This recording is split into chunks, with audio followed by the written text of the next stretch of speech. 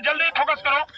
BJP के राष्ट्रीय अध्यक्ष अमित शाह के महाजनसंपर्क अभियान में भीड़ जुटाने के लिए किराए के लोग बुलाए गए थे। ये क्या बात करते हैं यार? उनको 200 रुपए देने का वादा किया गया था, लेकिन बीजेपी नेताओं ने उनके पैसे नहीं दिए। मैं उन्हीं से बात करता हूँ। अच्छा, आप बताइए, आपको कितने पैसे की बात हुई थी? 200 रुपए की बात हुई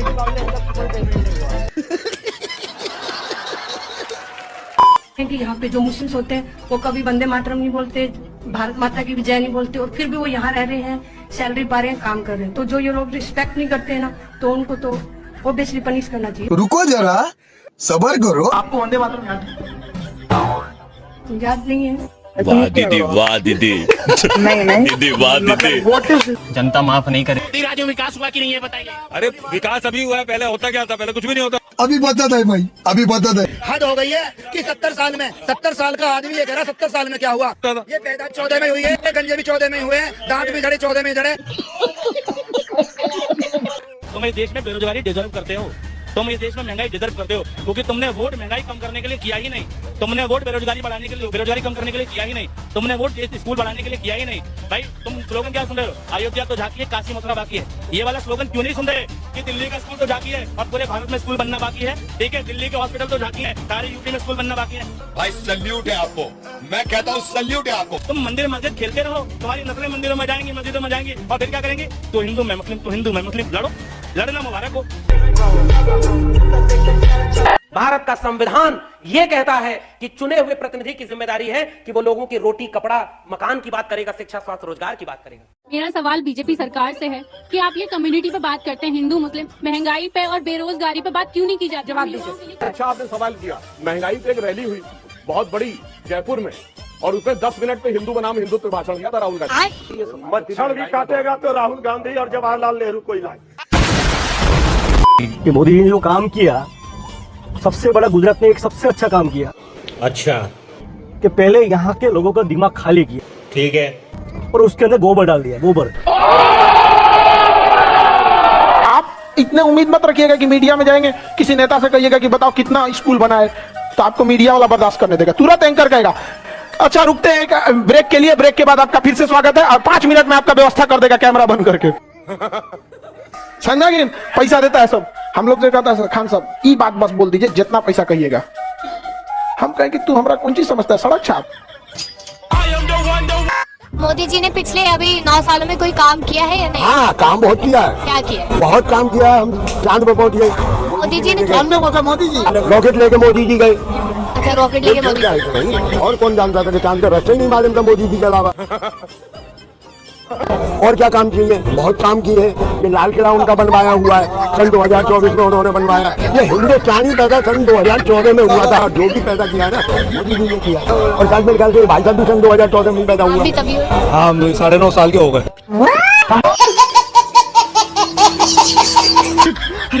बड़े खतरनाक लोग हैं। आपको पता चल गया मीडिया बिक गई है, शर्म लग रहा है।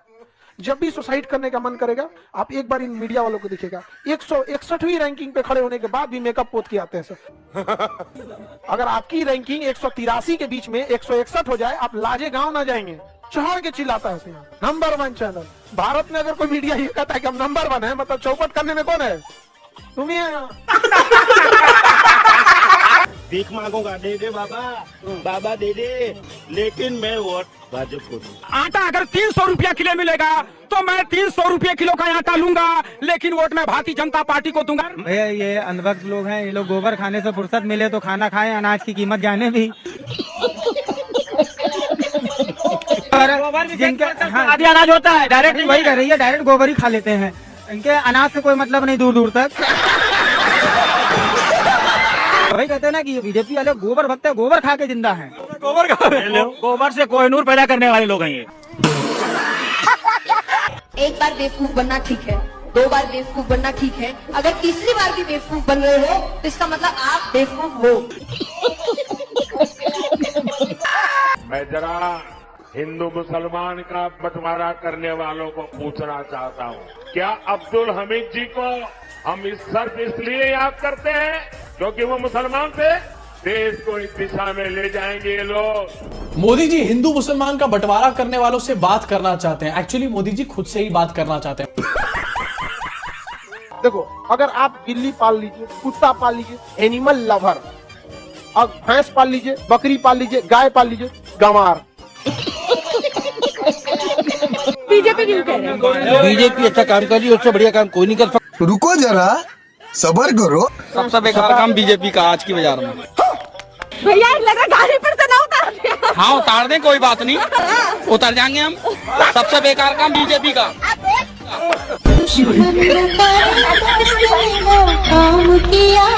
गजब बेइज्जती है।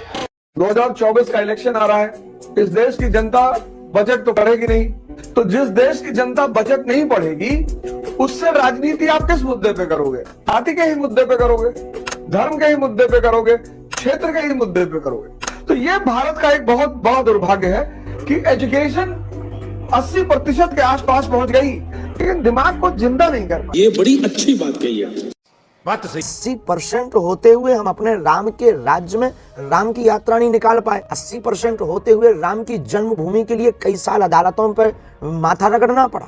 खतरे में हिंदू है कि मुसलमान? लेकिन एक सेकंड, हिंदू खतरे में है या हिंदुत्व खतरे में है?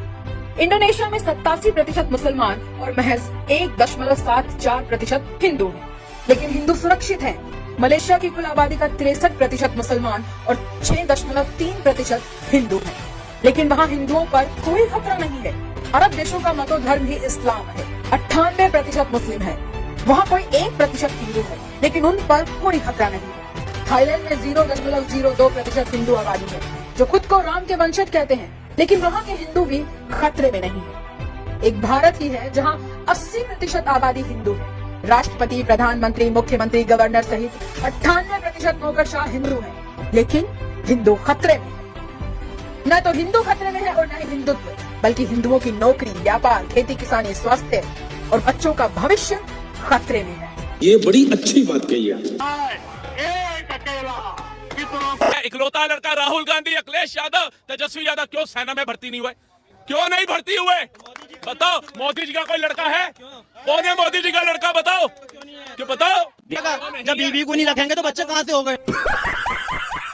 अब दिल्ली में भाजपा चुनाव तो जीत नहीं पाती, तो क्या ये दूसरा तरीका है सत्ता पे कब्जा करने का कि मुख्यमंत्री को अंदर ही कर दो? सरकार ने किया हो तब तो आपका सवाल में इसका जवाब मैं दे देता। सरकार के कहने पर हुआ है ऐसा मैं नहीं मानता। आपकी सरकार आने के बाद पिछले 10 साल में ये इन्वेस्टिगेटिव एजेंसी कुछ जरूरत से ज्यादा एक्टिव हो गई। चुनाव के पहले सीए लागू होगा, इस देश का कानून है, इसको कोई नहीं रोक सकता। वोट के चक्कर में ये देश बेच देंगे, सबके लिए लिख के रख लीजिएगा। रोहिंग्यों को और बांग्लादेशियों को हमारे खुद के प्रधानमंत्री मोदी जी ने बांग्लादेश से लिखित दे दिए हैं कि ये हमारे देश का आर्थिक मामला है, यानी वो बाहर निकलने वाले नहीं, उनको यहीं रखा जाए और हमारे टैक्स के पैसा से वो छोटे खाना खाएंगे। बात तो सही है। दुनिया की नजरों में एक ही एआई है, वो है आर्टिफिशियल इंटेलिजेंस, लेकिन हमारे पास वो तो है ही।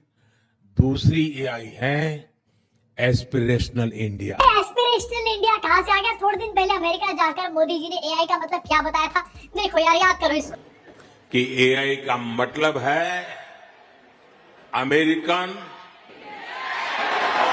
इंडियन। बंद करो, हाथ जोड़ के मैं मोदी साहब से गुजारिश करता हूँ। पान खा के मोदी जी यूं करके थूक देना तो अंधभक्त कहेंगे देश हित में थूका गया।